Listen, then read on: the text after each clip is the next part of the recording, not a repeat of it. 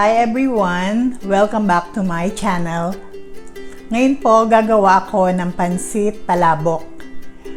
Meron kasi nagre-request nito sa akin, si Maika Bautista. Hi Maika! Ito na yung gagawin kong pancit na request mo.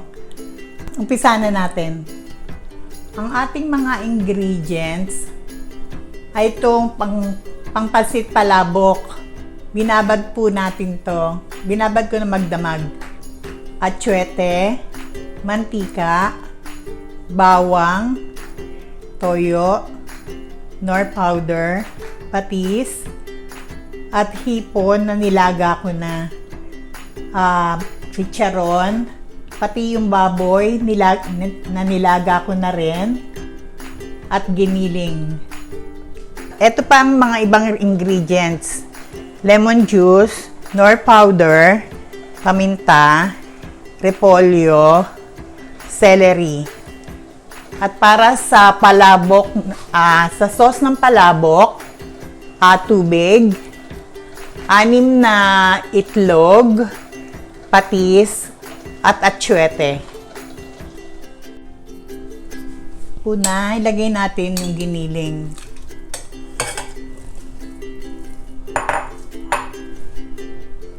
Toyo, nor powder, patis, atsuete, at mantika.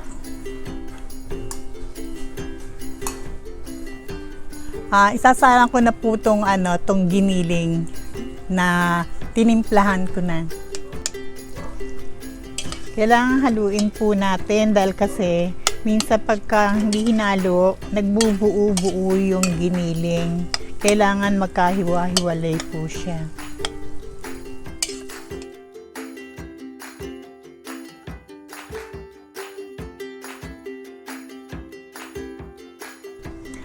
Habang niluluto natin yung giniling, magbubusan na ako ng bawang.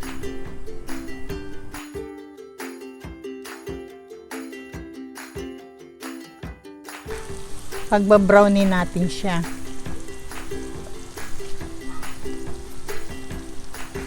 Para maging malutong. Malapit nang maluto itong bawang. Pag nakita nyo nagganto na, nagbabrown na, patayin nyo na yung kalan. Dahil kasi pagka ito mainit pa kasi yung mantika, magbabrown na siya. Yan, tinan mo, patay na yung kalan. Nagbabrown pa rin siya kasi mainit yung mantika niya. Oras na hindi nyo pinatay yung mantika, masusunog yung bawang. Pag nakita nyo ng ganyan na, kailangang hanguin na to para maging crispy.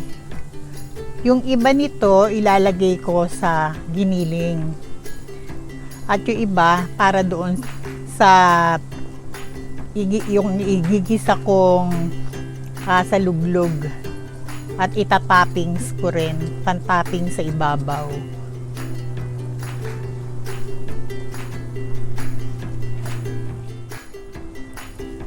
Ito yung bawang na binusa ko. Naglagay ako dito sa giniling para masarap siya.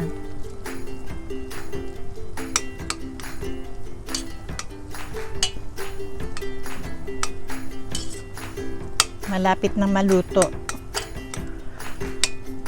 Ansa nakita nyo na nagmantika na siya, wala na siyang sabaw na ganito. Yan, pwede na siyang hanguin. Yan na, nag-umpisa na magmantika. Okay na to. Nagmamantika na siya. Patayin na natin yung kalan. Kailangan nating maglaga ng itlog. Mga 10 itlog. Para pan-toppings mamaya.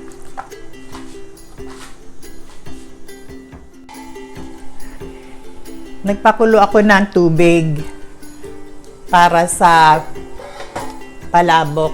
Ilalagay natin, once na kumukulo na, ilagay na natin to.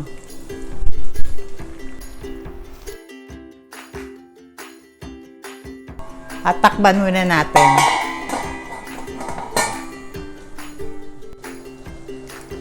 After 15 minutes, luto na tong ating noodles. Kailangan na nating hanguin.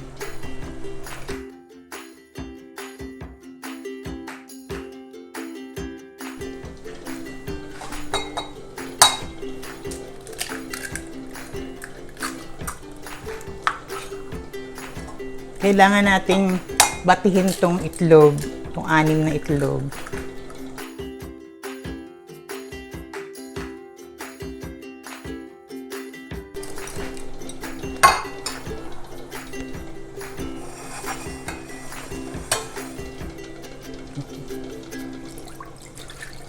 Ilagay natin yung tubig. At syete.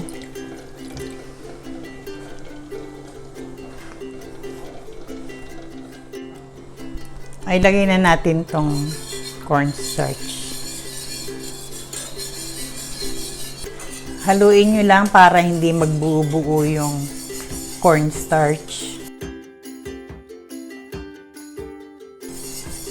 Hindi naman kailangan malapot na malapot. Dahil lalapot pa rin ito pagka nilagay yung itlog.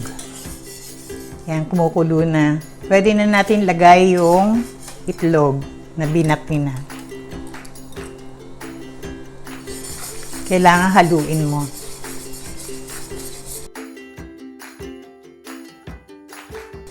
Ganda ng kulay, no?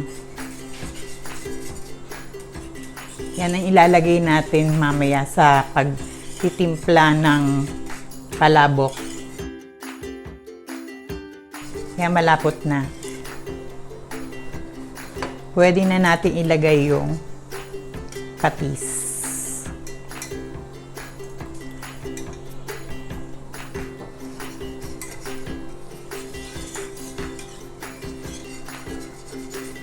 Patayin na natin ang apoy. Gagamit po tayo ng malaking kawali. Gigisa po natin sa anato oil yung gulay para maging maganda ang kulay niya.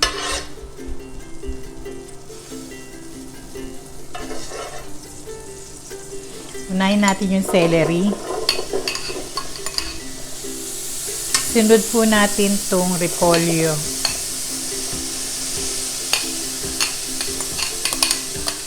Lagyan natin ng konting Knorr powder. Yung matitira, ipantitimpla natin doon sa palabok na gagawin natin. Huwag po natin masyadong palambutin yung repolyo. Hanguin po natin to. Hanguin, set aside lang natin yung para ilalagay sa ibabaw. Next, lagay natin yung niluto natin giniling. Sunod po natin tong tinatawag nating palabok. Sasaluin.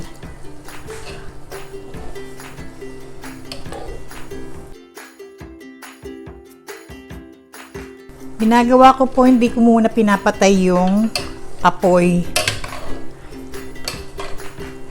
Para lutong-luto siya, para hindi siya madaling mapanis. Yung iba kasi minimix lang eh. Ako hindi po, parang ginigisa ko rin siya.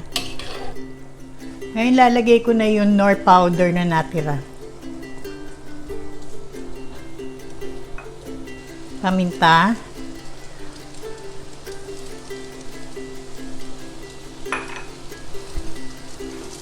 Haluin uli natin. Mahina lang dapat ang apoy niya para hindi masunog yung ilalim. Next, na ilagay natin yung lemon juice or calamansi juice. Mix again.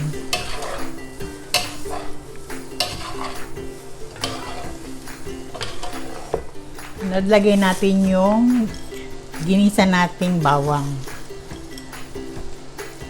Yung iba, ilalagay natin sa ibabaw.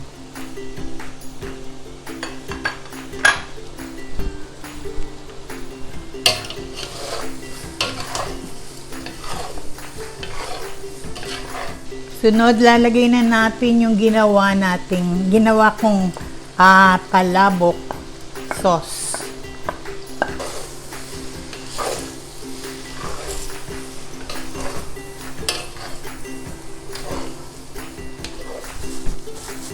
Ang huli natin ilalagay yung chicharon na dinurog. Hindi ako naglalagay ng tinapa. Yung iba kasi naglalagay ng tinapa, kaya lang ayaw kasi nila dahil nalalansahan sila. Pwede rin naman kayo maglagay ng tinapa, pero magle-less kayo ng patis. Kasi maalat yun. Ang tinapa kasi dito kaya malansa kasi frozen siya, hindi katulad dyan sa Pilipinas. Fresh. Tapos haluin uli natin hanggang sa magsama-sama na.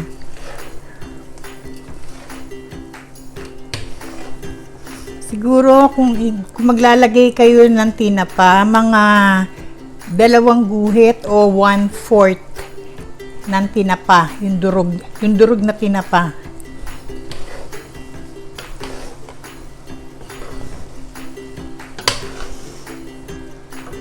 Kaya lang dapat magbawas kayo ng patis. Kasi baka umalat dan maalat yung tinapa. Okay na siya. Luto na. Ilalagay ko na sa tray at lalagyan ko na ng hipon, itlog, at saka yung baboy, at saka yung gulay na ginisa ko. Okay na. Patayin na natin yung apoy. Ilagay na natin sa tray. Ilalagay ko na sa tray para lalagyan ko na ng design. Salamat kay Lydia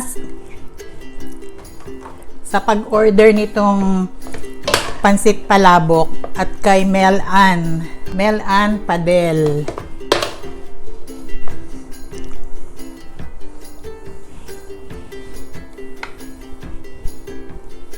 Tapos ilalagay natin yung sa ibabaw itong gulay na ginisa.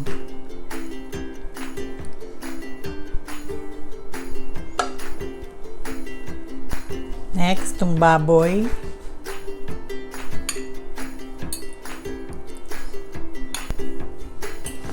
Sunod natin itong hipon.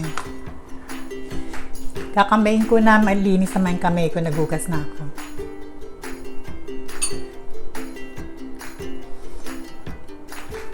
Lagyan natin sa paligid.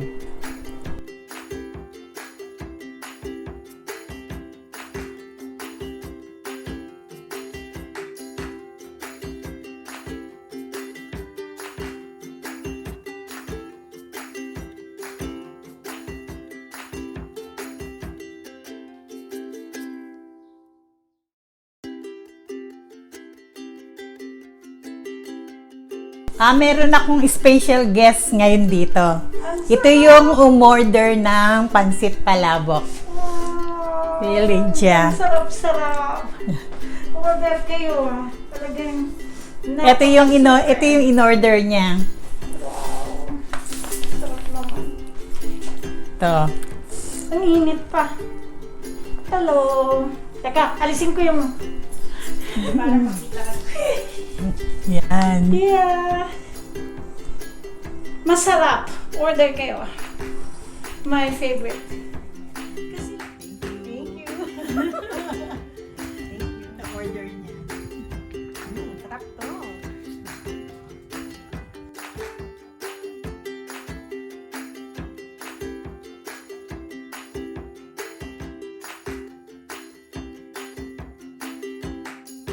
Thanks for watching. Please like and subscribe to my channel, Momsy Alice Kitchen. Bye! See you next time.